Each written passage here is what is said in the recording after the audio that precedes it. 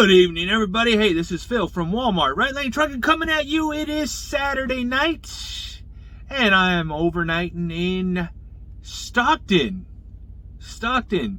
Yeah, I got a busy day today. It was just busy. But you ever have one of those days that something's trying to test your patience? Yeah. All right. So I woke up this morning. And I'm getting ready, and a truck pulls in right next to me. And mind you, I'm at the store, and I parked in a way that when I got done, I wouldn't be in anybody's way, and then I'd be able to just pull straight out.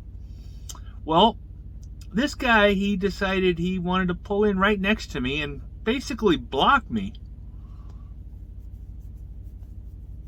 I don't know what he was doing, but by the time I got ready, because I was fiddling around with my ELD, the mount, I wanted to change the mount, the way it was mounted, and then got out, did my pre-trip, got back in, he left, and got out of my way so I can get out, but I was kind of going, do I need to go to knock on his door? Is he gonna leave? What's going on? Anyway, he left. So I got on road. I only had 35 miles to go. It took 2 hours to get there. 35 miles, 2 hours. There was an accident on 99 going south. And the accident happened right where there's 2 lanes of traffic, and that's it. No shoulder, because it's in a construction zone down near Bakersfield, and it was just bad, all bad. And I thought about getting off, but I'm not that familiar with the roads, the city roads, and whether or not the truck is legal down those roads, so I didn't go off the beaten path. I stayed on the highway, and it took a long time. Yeah. So then I got to the store. I have 27 pallets for this store, 3 pallets from my next store, so I have total 30 pallets on board, but there's 27 pallets for this one. Okay, they opened the door rather early, or really kind of fast. But she says, I'll have to try to find somebody to unload you. Can you do a drop and hook? I'm sorry, I cannot. I got 3 pallets all the way up in the front that I need to take to another store. So, no, I can't. And I'm looking around. They don't have room for 27 pallets. I'm thinking, what are they going to do? The fact that she's asking me if I can do a drop and hook tells me that there's an empty trailer. So they basically are gonna take everything out of my trailer, put it in the other trailer right next door. Really is what it comes down to. Maybe the DC should have loaded the 3 pallets. I should have went to the first store with the 3 pallets and then went to the other store. Maybe that's how the trailer should have been loaded. I don't do the loading. I follow the plan. It tells me to go to this store first. I go to that store first. And I just follow the plan. So while she's working on somebody, I go in the store. I start looking around. And then I use the restroom. And I come back. And still nobody has touched the trailer yet. And I was like, okay. Alright, so finally they started unloading. There's 2 guys. And they're moving it with pallet jacks. Not even an electric pallet jack, a manual pallet jacks. So they're going and going. And wouldn't you know it, they get about 10 or so of them off, maybe 13. They're taking one more into the trailer next door. And I don't know, I didn't watch it happen, but pow! They dropped the pallet and it's now blocking it so that they can't put any more pallets in there. So one of two things is going to happen. They're going to restack everything, break down that pallet, and I'm going to be sitting there longer. Or what they eventually did was like, hey, we've got a little bit of room here. How many more pallets is in there? Let's just take them off, get the driver out of here. We can come back and fix this later. Cool. So, got that done. Went to the other store. 3 pallets. It was pretty easy. They did a good job. And then off I went to Porterville. So those 2 stores were in Bakersfield. One off of that 178, I think it is.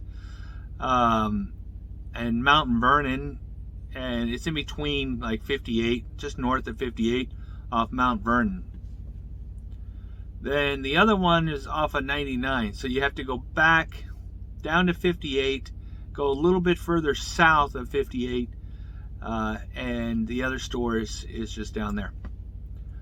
So these are my first time I've been delivering to these 2 stores.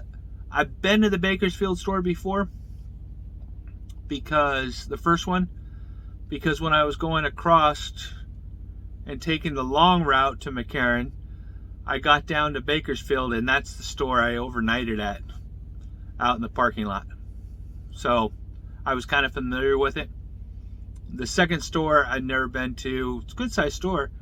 Oddly, they have like a bus terminal right there as well. So that's pretty cool.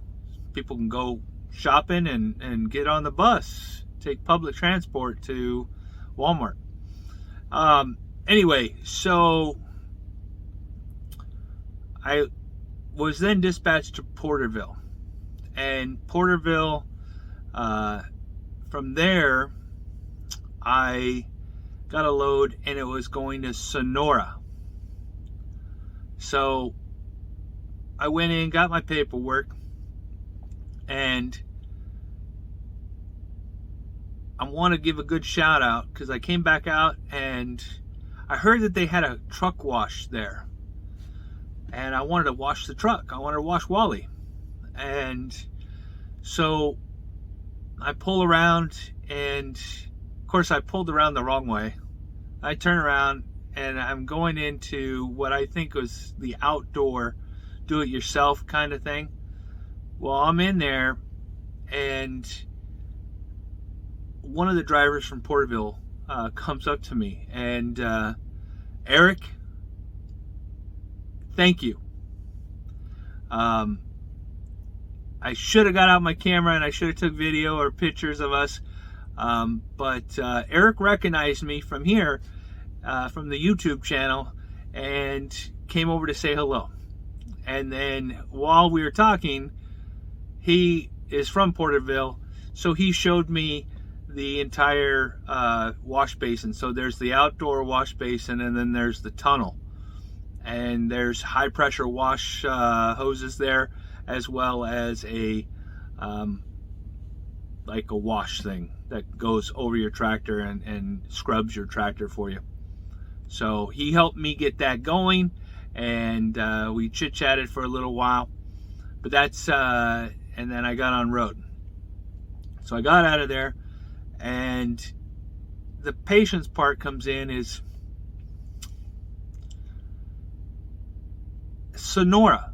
I don't know if you guys have ever been to Sonora, but when you're coming up 99 and you get to 120 in Manteca, you take that east, and then you turn left onto 108 and take that out towards Sonora. Well, there's traffic around, and it just tests your patience. Get there and have to do a swap of the trailers. It was a GM load, so there's two docks for the GM. And wouldn't you know it, there's 2 trailers on the docks. So now I've got to uncouple my load, pull the empty off. First, go inside, validate it's empty, and make sure nobody's in it. Go back out, uncouple from the load, couple to the empty, pull it off, go back, couple to my loaded trailer, park that on the dock, and then go and recouple to my empty and then get out of there. So I'm going back, and patience, here it is. We're going, and it's a 2-lane road, 1 lane in each direction, most of it.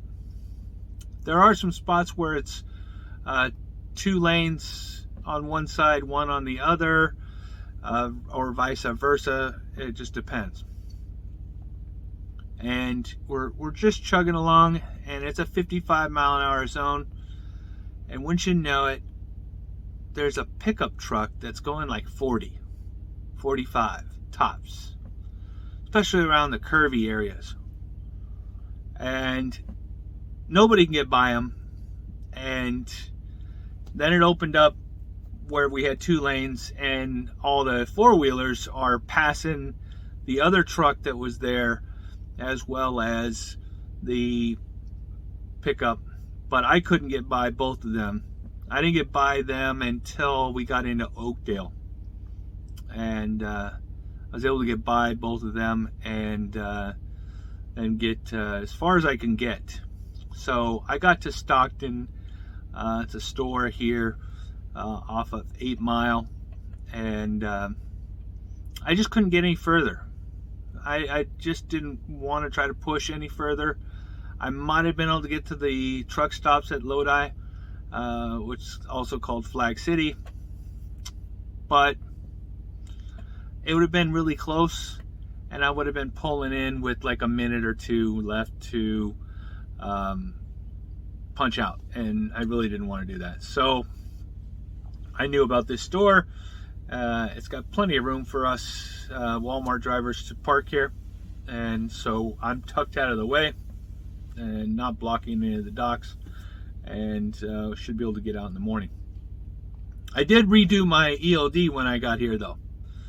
I didn't like the way it was. So the way the ELD normally is set up, the way somebody set it up, you have your ELD, and then it's got this big old speaker. Well, not big, but it's a good sized speaker for it. And so the tablet goes into the cradle, and then it'll project everything off of the speaker, make it a little louder for us. Well, most of them are set up with the speaker to the right and this big old bracket in the back. Well, if you play with the bracket, you can change the way the bracket is on there and then put the speaker down to the bottom. The reason I wanted to move it down is because with it going out, it blocks the stereo, so you can't see what channel you're on or what mode you're in, and you're having a harder time accessing the stereo. Even though you have your controls on the steering wheel, but you might want to look over there and see something on the stereo. So I made a slight adjustment, basically turned the bracket from this direction to that direction and put the speaker at the bottom, so that way it's above the other controls, which are all your lights and your 4-ways and everything else. You can still access that, and you have better access to your air conditioning, your stereo. Everything is just, it's better setup. Now, the thing about the new 2022s that I drove a couple weeks ago is the bracket itself, the mount, has a built-in speaker to it, so it doesn't have a exterior speaker that has to be attached. It's all built into the mounting bracket, which is pretty cool. So eventually, I guess they'll switch these out. I don't know, but they work for now, so I don't know if they'll switch them. But the new ones are coming with the built-in speaker, so that's pretty cool. But I want to go back to Eric. Eric, you know what? Thank you so much, buddy. Hope you're enjoying your days off, and we will see each other again. Eric has been driving for Walmart out of Porterville for 5 years, and again, he's been watching my videos, and he saw me pull in, so he came over to say hello, and that was really cool. So I am gonna overnight here, and I'm on my way to Red Bluff, and I avoided all the snow. There was snow over the weekend, Friday and Saturday, and I didn't have to go over it. I got my load Thursday and went down to Bakersfield and missed all the snow. Basically, there was a little bit of snow the first day when I was up at Donner Pass Summit, and but I got lucky. So that's it. That's all. That's my day. Safety tip, guys. Watch out for pedestrians at night. Watch out for pedestrians at night. And the reason I say this is while I was going through Oakdale earlier tonight, it was dark. It was nighttime. From a distance, I saw this pedestrian go across. However, the cars that were next to me didn't. And I'm sitting there going, oh, don't hit him. Don't run him over. And the other part of me is like, get off the street already, guy. Get off. And because he was taking a long time getting across. And I know that the drivers of the cars next to me did not see him because of their speed and the way they were driving. Really watch out for pedestrians, especially if you're in a city environment. But don't get complacent, because I've seen them running across highways. I've seen them running across the freeways, the interstates, whatever. And you just never know, right? Maybe there was an accident. Maybe they're trying to traverse and go across, or maybe they're just trying to get across at the wrong time. So really be paying attention. No distractions while you're driving, guys and girls. All right, this is Phil from Walmart. Stay safe out there.